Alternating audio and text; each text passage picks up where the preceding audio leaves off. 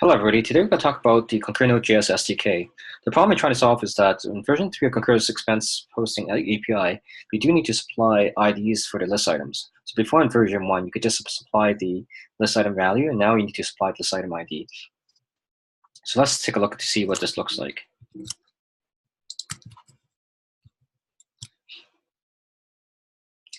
So what's nice about Concur is that they do have this Swagger console where you can grab various metadata items that allows us to kind of test this out, in which case you go over to list items, and you can kind of see here, right here, that for a particular list item, which is the equivalent of pick list value in SFTC, there's no API value.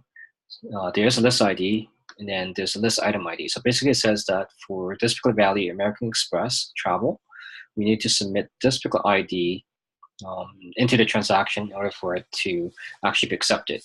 And from the Concur admin UI, it's actually impossible to grab these IDs. So what you need to do is, as an application, go to call this particular command and then grab and retrieve all the metadata for list item IDs.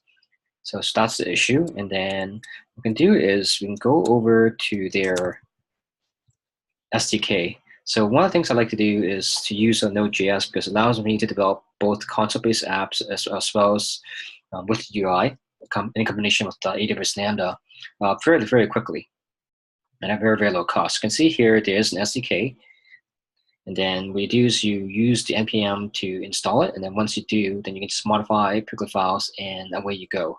So the end result is going to be something that looks like this, which is a Node.js function that's hosted on AWS Lambda through the API gateway, and then what you can do is particular list, for example, travel agents.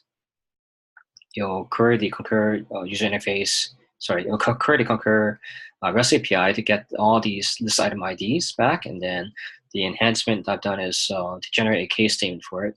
So if we don't want to have our integration store these values, I mean, it can be done on the fly. Alternatively, we can kind of pre-generate these values and put it and map it in SFTs as a formula field, and then submit the result of that formula field, which is the list item IDs, to the Concur integration. So that works as well. Okay, so I haven't seen too many videos on the Concur SDK, so I thought I'll share this little trick here. Thanks for watching.